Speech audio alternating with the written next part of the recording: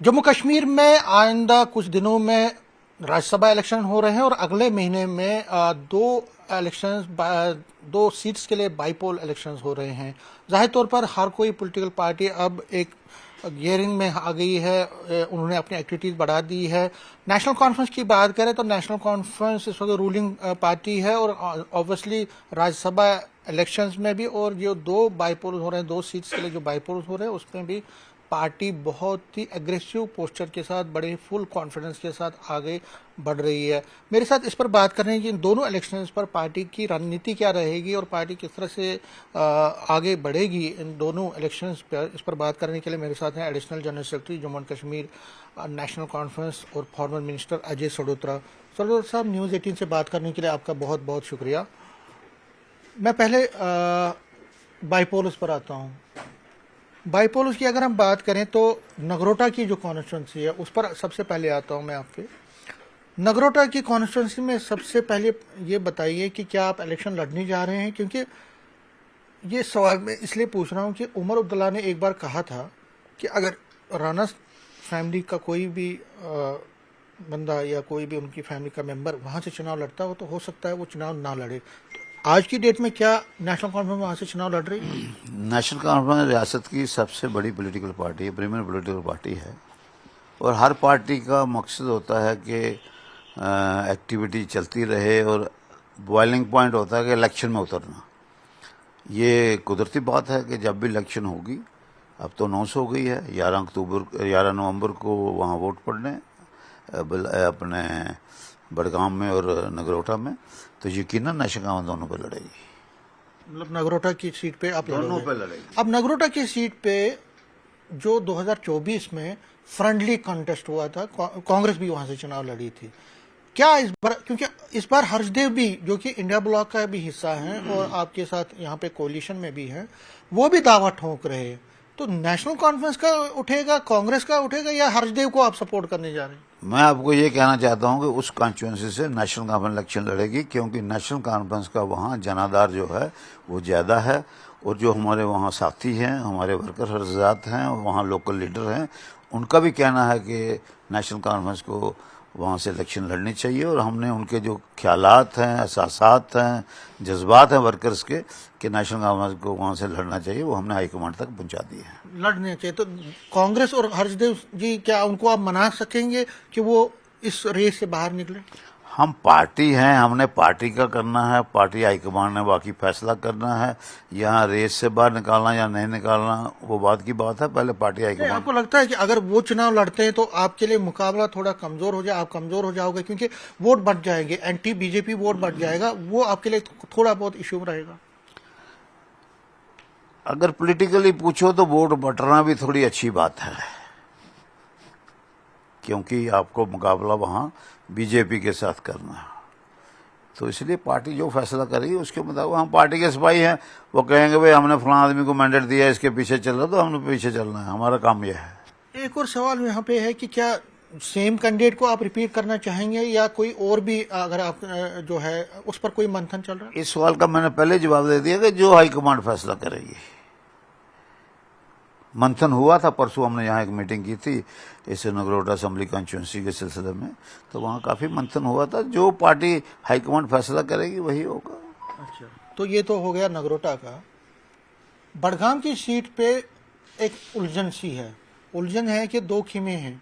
उमर अब्दुल्ला, ये कहा जा रहा है, ये रिपोर्ट्स हैं कि वो अपने किसी चहेते को या अपने किसी साथी को वहाँ से चुनाव लड़वाना चाहते हैं, लेकिन आगा रोहला जो है वो किसी अपने करीबी को वहाँ से चुनाव लड़वाना चाहते हैं।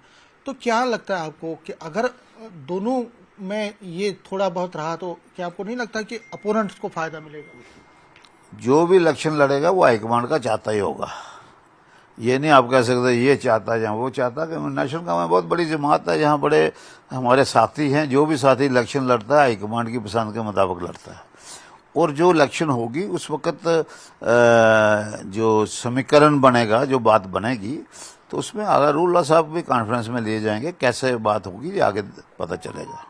मतलब उनको कॉन्फ्रेंस में लेके जाएगा पार्टी, कोशिश करेगी उनको भी कॉन्फ्रेंस में लेने की, क्योंकि यहाँ नेशनल कॉन्फ्रेंस जो है ये जमहूरी पार्टी है, डेमोक्रेटिक पार्टी, ये सबको कॉन्फ्रेंस में लेके चलती है। अच्छा, इन सीटों पे जो 2 सीटें हो रही हैं वो बराबर 1 साल के बाद हो रही हैं, 1 साल और 1 महीना, क्योंकि 10 तारीख को आप 1 साल कंप्लीट करने जा रहे हैं, 10 अक्टूबर को। ये 11 नवंबर को इलेक्शन होंगे, तो 1 साल तकरीबन 13 महीने के बाद ये इलेक्शन होने जा रहे हैं। एक रेफरेंडम आप इसको मानते हैं? क्योंकि अपोजिशन कहती है कि एक रेफरेंडम है, पिछले 1 साल में इन्होंने कुछ किया नहीं, और वो तो दावे कर रहे हैं कि दोनों सीटों पे आप हारेंगे। आप जीत का दावा कर रहे हैं ऑब्वियसली, लेकिन क्या आपको लगता है कि रेफरेंडम है, और अगर आप जीतते हैं तो आपकी जो पॉलिसी प्रोग्राम्स हैं उसको विंडिकेशन मिलेगी?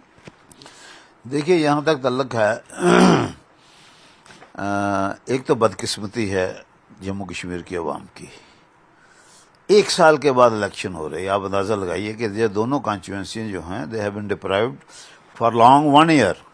हालांकि पहले तो स्टेट डिप्राइव हुई, उसके लिए हमें सुप्रीम कोर्ट में जाना पड़ा, और आज इसको भी उन्होंने डिप्राइव किया फॉर मोर देन 1 ईयर। ये बड़ी अनफॉर्चुनेट बात है, और इलेक्शन कमीशन को इस पे सोचना चाहिए कि वो किस किस्म का लोगों का एक जो विश्वास है डेमोक्रेसी पे उसको कम करने की कोशिश कर रहे हैं। उनको ये काम नहीं करना चाहिए। जब ड्यू हो इलेक्शन कर देने चाहिए। मैं इस बात का हामी हूँ। यहाँ तक नेशनल कॉन्फ्रेंस का तल्लुक है, आज के दिन अगर आप मुझे पूछेंगे तो यकीनन हम दोनों सीटें जीतेंगे, इसमें कोई दो राय नहीं है, और उसमें हमारे साथी जो हैं दिन रात काम करेंगे।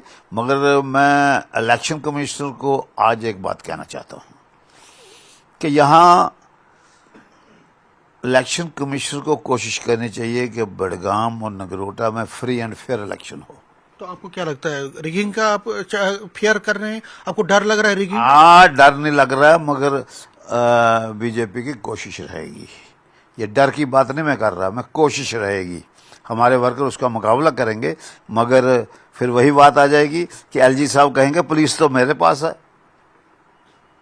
जी, बहुत बड़ा बात आप कर रहे हैं। आपको आप ये तो नहीं कर रहे हैं कि वोट चोरी का हो सकता है, रिगिंग हो सकती है? आप उसकी तरफ इशारा करें। मैंने आपको यही कहा कि इलेक्शन कमीशन ऑफ इंडिया को अपना सिक्का जमाना चाहिए फ्री एंड फेयर इलेक्शन करके, और यहाँ कोई अगर ऐसी बात होगी तो इलेक्शन कमीशन पर दबा लगेगा।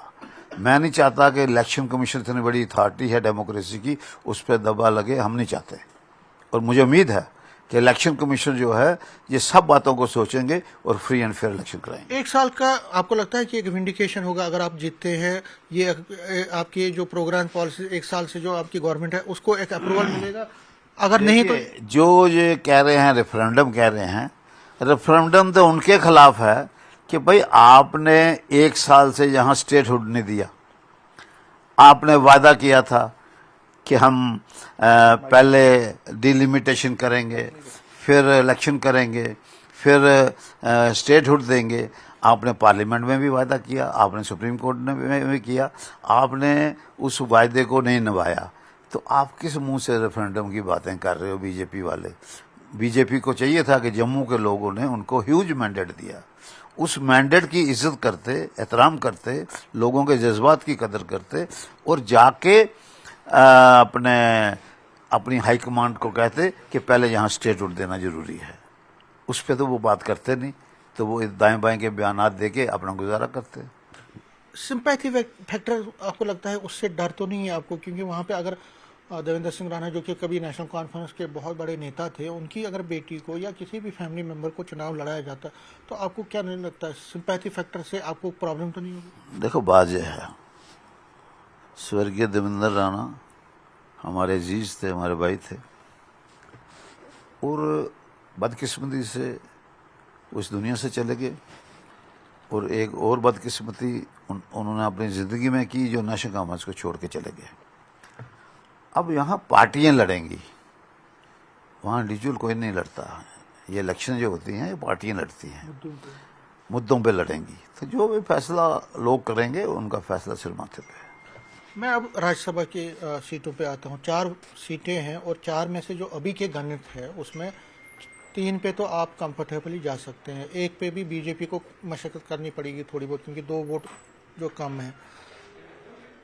नेशनल कॉन्फ्रेंस का एक धड़ा ये कहता है कि हम चारों की चारों सीटें लड़े, लेकिन कांग्रेस 1 सीट, जो हमारे पास इनपुट है कि 1 सीट मांग रही है। क्या कांग्रेस को 1 सीट दी जा सकती?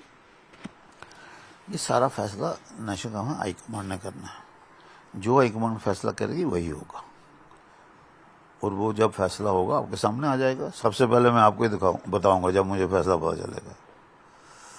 अब इसमें एक उलझन जो एक सवाल है, 16 तारीख को फाइनल हियरिंग है 4-5 नॉमिनेटेड जो एमएलए के बारे में।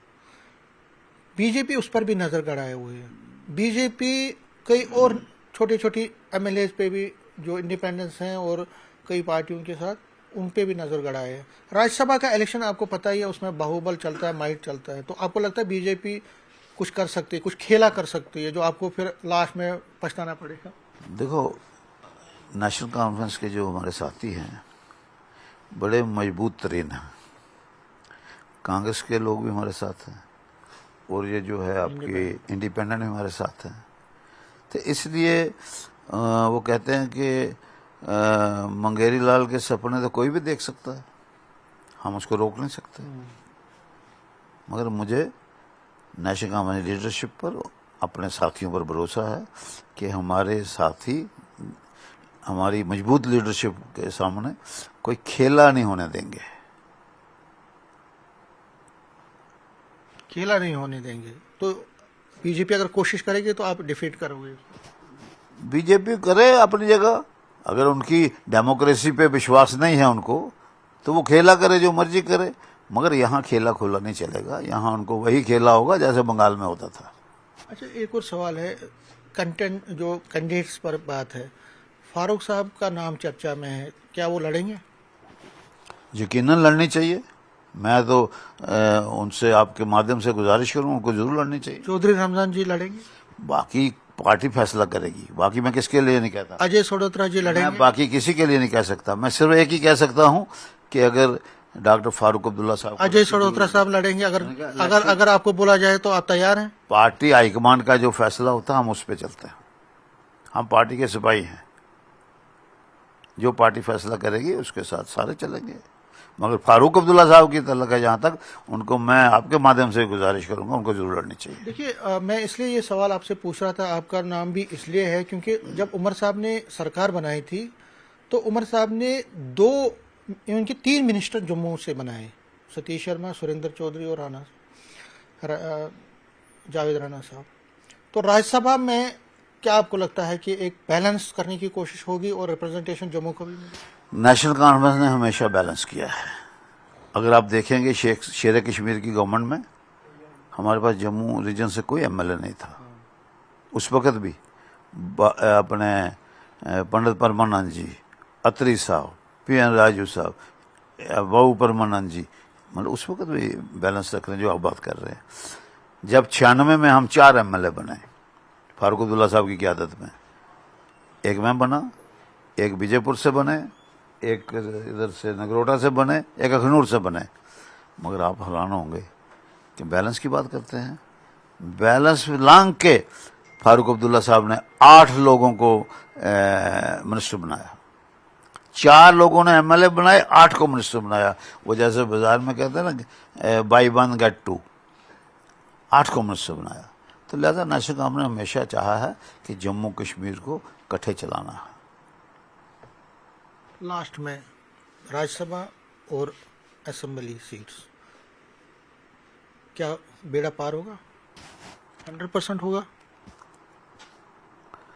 कोई ऐसी गुंजाइश ही नहीं कि नहीं होगा, क्योंकि अपोजिशन कहती है कि आपने कुछ किया नहीं है 1 साल में। अपोजिशन को सवाल करोगे 10 साल में आपने क्या किया, बीजेपी ने 10 साल में क्या किया ये बताए। और अगर कोई कहते हैं जनाब ये सड़क बना रहे हैं, तो आप मुझे बताइए कि उस सड़क पे लोग कहाँ के ठेकेदार हैं, कहाँ के वहाँ मजदूर तक बाहर के हैं। यहाँ पुल बनाया, आपने देखा कठुआ के पास पुल ऐसे ही गिर गया, अभी तो थोड़ा 2 साल ही हुए पुल बने हुए। इस किस्म के काम किए इन्होंने। बीजेपी ने 10 साल में जम्मू के लोगों का शोषण किया, और फिर भी जम्मू के लोगों ने उनको आज भी मैंडेट दिया।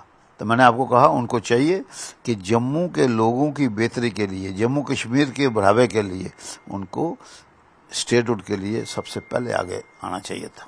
वो सोचते हैं स्टेटहुड मांगना शायद उमर अब्दुल्ला साहब की ज़ाती कोई डिमांड है, शायद नेशनल कॉन्फ्रेंस की ज़ाती डिमांड है, शायद कांग्रेस की ज़ाती डिमांड है। मैं जो हमारी नेशनल क़यादत है प्रधानमंत्री जी हैं, मैं उनसे गुजारिश करना चाहता हूँ कि भाई ये कोई ज़ाती किसी पार्टी की डिमांड नहीं है, ये जम्मू कश्मीर के लोगों की डिमांड है और आपका वायदा है, इसको पूरा करिए। तो आप ये नारे लगाएंगे कि इन्होंने कुछ नहीं किया, तो हम भी तो कह सकते हैं 10 साल में आपने क्या किया। यहाँ इलेक्शन नहीं होने दिए, हमने सुप्रीम कोर्ट से फैसला करा के इलेक्शन करवाए, आपने हमें वो नहीं किया, स्टेट ऑर्डर नहीं दिया, ये तो हम भी कह सकते हैं। बाकी कहने को जो मर्जी कहें। न्यूज़ 18 से बात करने के लिए शुक्रिया। कैमरामैन चांद के साथ में समीर भट्ट, न्यूज़ 18 जम्मू।